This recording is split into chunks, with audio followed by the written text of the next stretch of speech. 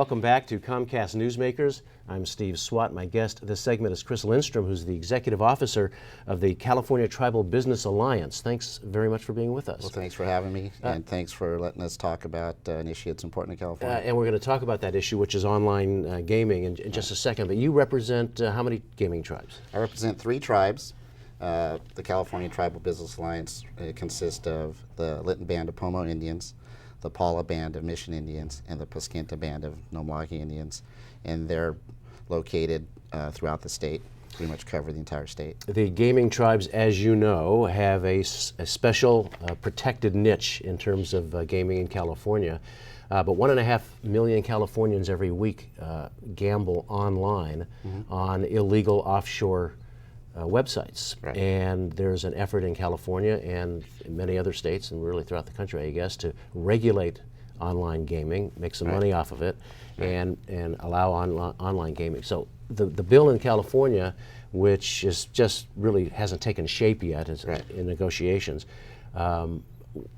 Regarding that effort, what are your concerns? Well, first, before I get to the bill, I would just say that Indian tribes in California were given the right to have exclusive slot machine gaming, casino gaming in California by the voters on a pretty wide margin. So they do have a niche in gaming, and it is one of the few policies that has really been beneficial to Indians amidst a host of very bad federal policies. So they do have a special niche, and it's been very helpful to help them with strengthen their governments, provide for schools, health, education, and things like that. So they do have a special niche. There is legislation that's been in the works for several years talking about internet gaming, or more specifically, internet poker. Well, actually, there's 2 bills. One talks about internet poker, and one talks about internet gaming. And we look at those bills with some caution. First of all, we're not against internet poker per se, but we believe that any legislation needs to be carefully and artfully crafted so it doesn't undo the special niche that we just talked about that's been provided to Indian governments. So anything that goes forward, we want to make sure that we're consulted and we have input so that it doesn't jeopardize the inherent rights of tribes, the existing gaming compacts that we have with the state, and it doesn't have other unintended consequences which might actually cost the state money. So you'd like to limit it to poker only, correct? Correct. The reason being is that once you start looking at other types of games, it could very soon get out of hand and actually compromise the special niche that we have.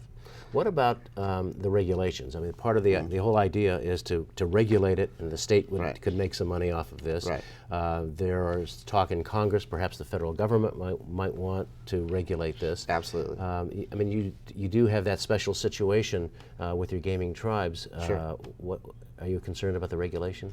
Regulation is first and foremost that needs to be done correctly. We can't rush it through. There's legislation in California that says let's create the regulatory structure in 90 days.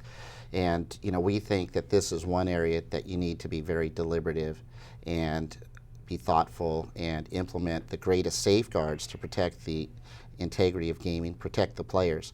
We're talking about regulating internet poker, for example, because we have 1.5 million players out there playing illegally. First of all, I don't know if it's a great policy just to legalize something because people do it illegally.